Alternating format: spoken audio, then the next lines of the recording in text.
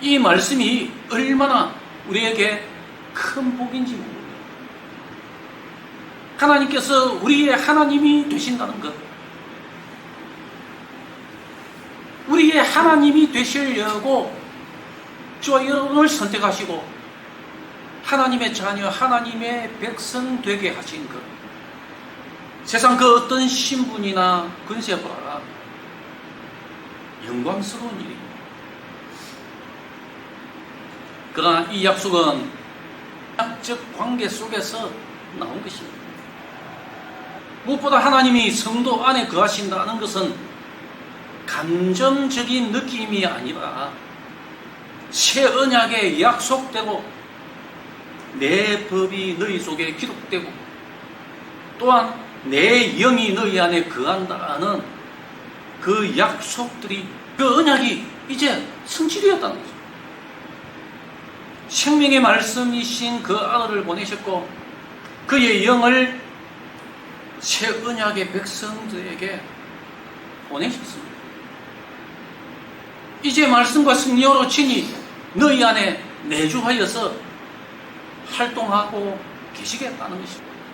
하나님이 우리 안에 거하심으로 나의 능력, 나의 생명, 나의 지혜, 나의 영광, 나의 모든 것이 되어 주셨습니다.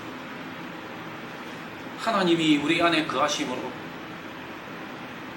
나로서는 도저히 극복하고 이길 수 없는 죄와 원수들에 대하여서 이김과 노임과 참된 자유를 주셨습니다. 하나님은 아무것도 없는 나에게 모든 것이 되어 주셨습니다. 엄청난 은혜입니다. 스스로 하나님이 되고자 했던 죄와 탐욕에서 벗어나 하나님은 우리에게 온전한 힘을 주셨습니다. 지금까지 우리 인간이 피곤하게 살 수밖에 없었던 그 이유는 바로 스스로 주인되고 왕이 되고자 했기 때문입니다. 그러니 평생 쉬지를 못하는 것입니다. 할 수 없는 일을 하려고 들기 때문입니다. 안 되는 것을 억지로 만들려고 하니까 힘들고 피곤한 것입니다. 하나님은 우리에게 말씀하십니다. 내가 너희에게 하나님이 되어주겠다.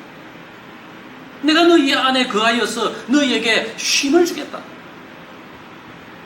너희의 문제를 내가 해결해 주겠다. 너희는 두려워하지 말고 가만히 있어서 여호와께서 오늘 너희를 위하여서 행하시는 그 구원을 보라. 예수님이 우리에게 말씀하셨습니다. 수고하고 무거운 짐진 자들아 다 내게로 오라. 내가 너희를 쉬게 하리라. 우리 안에서 그 구원을 시작하시고 그 착한 일을 이루고 가시는 그분이 우리의 하나님이 되어주셨습니다. 신앙이 무엇입니까?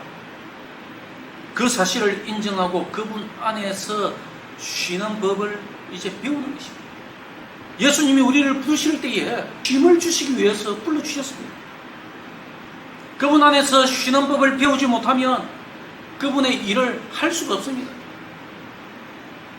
그분 안에서 쉬는 법을 배우지 못한 사람은 하나님의 일을 한다고 하면서 결국은 자기의 일을 하고 자기 이익과 영광을 구할 수밖에 없는 것입니다. 그분 안에서 쉬는 법은 실패하고 삶에 지친 우리 자신을 있는 그대로 주님 앞에 보이며 나아가는 것입니다. 세상 그 어디에서도 찾을 수 없는 복된 치유와 회복이 바로 하나님의 품 안에 있습니다. 주님 안에 있습니다. 다 내게로 오라. 내가 너희를 쉬게 하리라.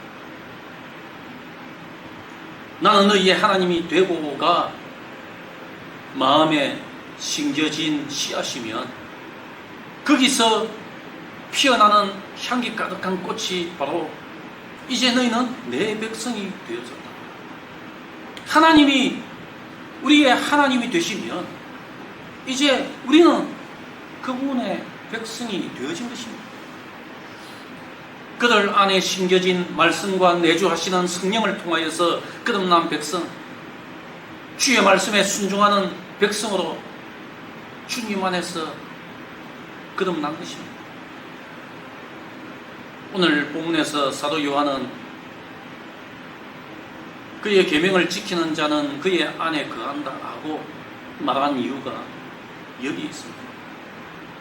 이제 우리가 그의 계명을 지킴으로써 그분 안에 거한다 하면 우리는 이제 그분의 것입니다. 그분이 하시는 대로 이끌려 가기만 하면 됩니다. 우리가 계명에 순종할 때에 그분의 약속, 그 언약이 효력을 발생합니다. 그게 언약이 있는 거예요. 계명에 대한 순종은 의무가 아니라 책임입니다. 은혜를 받은 것에 대한 책임입니다.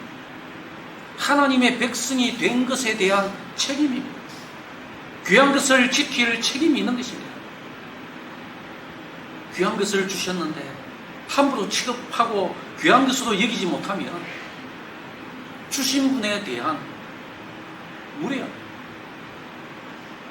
그리고 우리가 하나님의 백성이 되었다는 정체성은 그 계명을 우리의 삶을 통하여서 살아낼 때에 세상 가운데 보여지는 것입니다. 예수님께서도 요한복음 14장 15절 말씀에서 너희가 나를 사랑하면 나의 계명을 지킵니다. 너희가 나를 사랑하느냐? 만약에 너희가 나를 사랑하면 나의 계명을 지킵니다. 그의 계명을 지키는 것이 억압이 아닙니다. 사랑의 증거입니다. 우리가 주님을 사랑한다는 그 증거가 됩니다.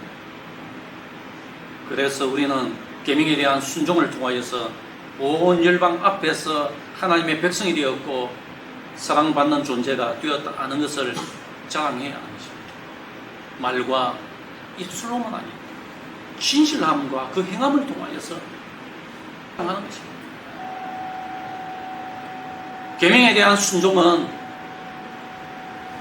말씀대로 사는 것임을 기억합시다. 의의 말씀을 실천하는 것입니다.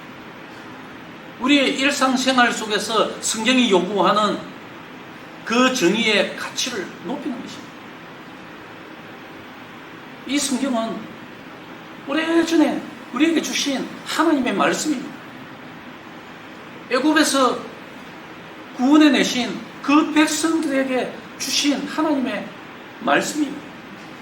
오늘날 우리에게 전달하여 주신 그 말씀이 얼마나 귀하고 가치가 있는 금은보다 더 귀한 것임을 우리가 알아야 됩니다. 요즘은 온갖 악을 덮는 것도 모든 허물을 덮는 사랑에 해당하는 것이냐, 성과 악의 기준이 모호해지고 있습니다. 교회들도 여기에 편성하여서 정의가 사라진 사랑 혹은 사랑이 없는 정죄, 양극단의 모습을 보이고 있습니다. 왜 양극단을 향하여서 달려가고 있을까요? 주님 안에서 쉬는 법을 모르기 때문에.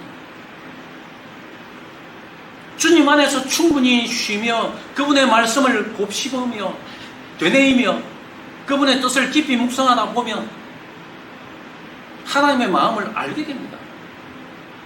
거기에서 지혜가 생기고 인내가 발현됩니다. 주님 안에서 쉬는 법만 충분히 익혀도 양극단의 모습을 보이지 않습니다. 주님 안에서 충분히 잘 쉬지 못한 성도는 양극단의 모습을 보입니다. 좌우가 있습니다. 교회 안에 좌우가 있습니다. 혈련이 있습니다. 학연이 있습니다. 지연이 있습니다. 세상적 차별이 있습니다. 그런데 반대로 주님 안에서 충분히 쉼을 누린 성도는 말씀 속에 나타난 하나님의 그 마음을 알기 때문에 좌우로 치우치지 않습니다. 차별이 없습니다. 희망을 주고 소망을 퍼뜨리며 세우고 살려내는 일에 최선을 다할 뿐이에요. 그런 일을 하는 사람이 하나님의 백성이기 때문에 하나님의 백성이 되었으면 이 우선주의로 존재하지 않아야 합니다. 그런데 교회가 앞장서서 머리에 띠를 띠고 항의하고 숫자가 많은 것으로 세상을 위협하면 안 된다는 거죠. 옳고 그런 것을 말할 수는 있지만 비방의 비방으로, 위협의 위협으로, 힘의 힘으로 저항하면 안 되는 것입니다. 예수님이 보여주셨듯이 욕을 당하시되 맞대어 욕하지 아니하시고 고난을 당하시되 위협하지 아니하시고 진리의 행동은 옳고 그런 것을 넘어서서 선한 행실로 극한 하나님의 사랑을 가지고 감동을 주는 모습으로 세상 속에 나타나야 됩니다. 그러기 위해서는 주님 안에서 충분히 쉼을 얻는 행위, 은혜의 폭포수 아래서 주님과 교제하며 충분한 쉼을 누리는 시간들이 우리에게 반드시 있습니다. 그렇게 주 안에서 쉼을 통하여서 얻어진 그 말씀의 힘, 자신의 생각과 말이 아닌 성경적 가르침을 가지고 세상을 살아낼 수 있는 그 힘이 있습니다. 그렇게 살지 않으면 눈에 보이지 않는 미혹의 영들에게 끌려다닐 수밖에 없습니다. 분별 없는 행동을 할 수밖에 없습니다. 하나님의 백성이 해서는 안 되는 그 행동을 할 수밖에 없습니다. 나와 생각이 다르고 나와 견해가 다르다는 그 이유로 쉽게 판단하고 정죄해버리는 어리석은 행동을 하고 마는 것입니다. 세상은 우리의 신앙을 행동으로 확인합니다. 내 말로 확인하는 게 아닙니다. 세상 속에 사는 우리의 행함 하나하나가 너무나 중요한 거죠. 세상 속에 보여지는 우리의 행함이 내 말, 내 생각이 아닌 주의 말씀으로 한 번 더 끌어지고 필터링 되어서 세상 가운데 나타나야 됩니다. 그리하여 진리를 향한 본질에서는 우리가 일치된 신앙을 외치고 진리가 아닌 비본질에서는 서로를 용납해주는 관용을 실천하는 지혜가 있어야 됩니다. 그것을 어디에서 배웁니까? 주님 안에서. 주님 안에서 말씀을 충분히 묵상하면서 쉴 때에 거기서 나오는 것입니다. 이런 지혜의 힘은 주 안에서 충분히 쉬는 자에게 주어집니다. 은혜가 하나님께로부터 나오듯이 지혜 역시도 하나님께로부터 나오기 때문에